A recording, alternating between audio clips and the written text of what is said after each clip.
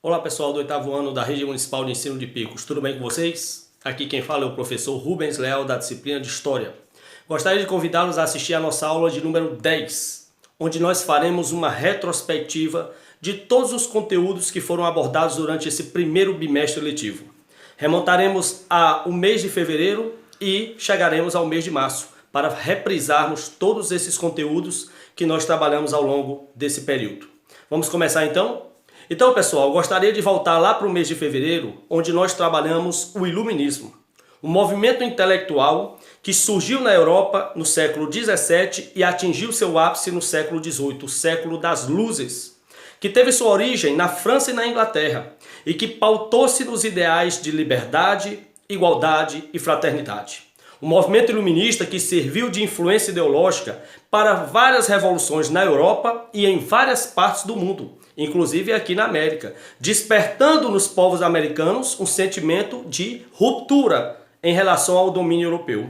No Brasil, por exemplo, os três movimentos de independência, a Inconfidência Mineira, a Conjuração Baiana e a Revolução Pernambucana, tiveram influência nos ideais iluministas.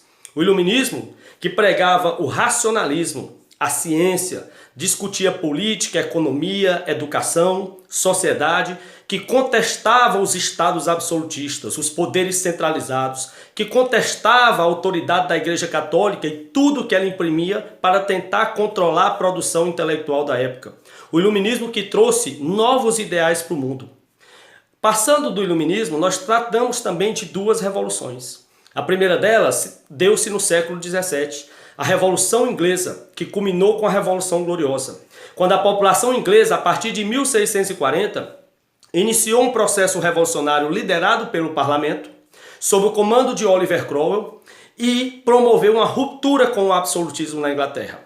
Derrubou-se os governos autoritários, as monarquias absolutistas, centralizadoras, e instalou-se em 1689, a partir da Revolução Gloriosa, uma monarquia constitucional parlamentarista na Inglaterra. Ou seja, a Inglaterra foi o primeiro país a romper com o absolutismo monárquico e pregar um governo onde o rei acatava as leis do país, acatava a Constituição e que o parlamento governava junto com o rei. Ou seja, o rei ele não governava sozinho, muito pelo contrário, seu poder era limitado pelo parlamento.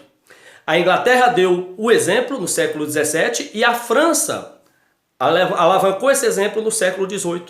Em 1789 eclodiu a Revolução Francesa, quando a população francesa, inspirada nos ingleses do século anterior, também fizeram um processo de ruptura, de independência. A Revolução Francesa, iniciada em 14 de julho de 1789, contestava o autoritarismo do rei Luís XVI e sua esposa, a rainha Maria Antonieta. Contestava a dinastia dos Bourbon, que governava a França há vários séculos, e propunha uma ruptura com esse governo centralizador.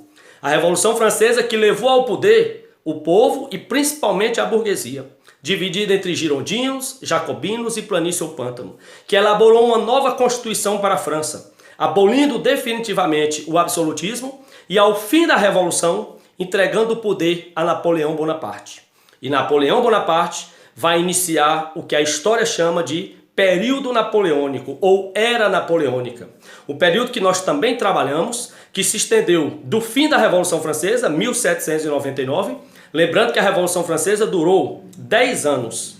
Desde a tomada da Bastilha até a chegada de Napoleão Bonaparte ao poder, foi de 1789 a 1799. Napoleão ascendeu ao governo francês em 1799 na condição de cônsul. A era napoleônica, esses 16 anos compreendidos entre 1799 e 1815, é dividida em dois momentos. O consulado, de 1799 a 1804, quando Napoleão era cônsul da França, e o Império, que vai de 1804 a 1815, quando Napoleão se tornou imperador com o título de Napoleão I.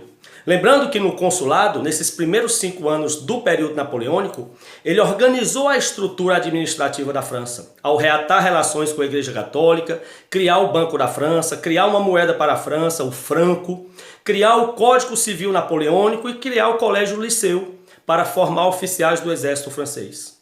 Com essa desenvoltura durante o consulado, Napoleão foi elevado ao trono em 1804, com o título de Napoleão I, e aí iniciou um processo imperialista no continente europeu. O objetivo de Napoleão era dominar toda a Europa, Mas para isso ele teria que vencer a grande rival na França na época, a Inglaterra. E o que Napoleão optou foi em criar um bloqueio continental contra a Inglaterra em 1806, proibindo as nações europeias de comercializarem com os ingleses. 3 países descumpriram esse bloqueio: Espanha e Portugal, que foram invadidos por Napoleão em 1807, e a Rússia em 1812. Com a invasão do exército francês, liderada por Napoleão, a Rússia começa a derrocada, a queda de Napoleão.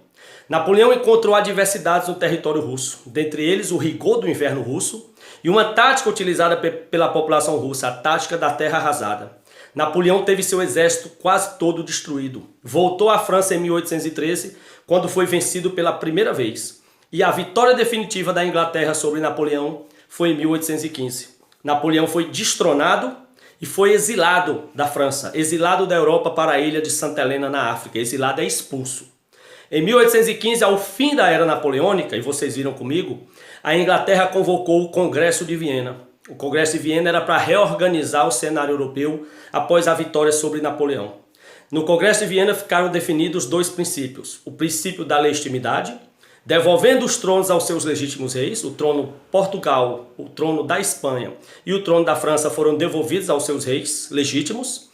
E o segundo princípio foi o do equilíbrio europeu, onde os países europeus criaram um organismo chamado Santa Aliança, com o objetivo de evitar novas ondas revolucionárias e novos conflitos futuros na Europa. E assim o Congresso de Viena chegou ao fim.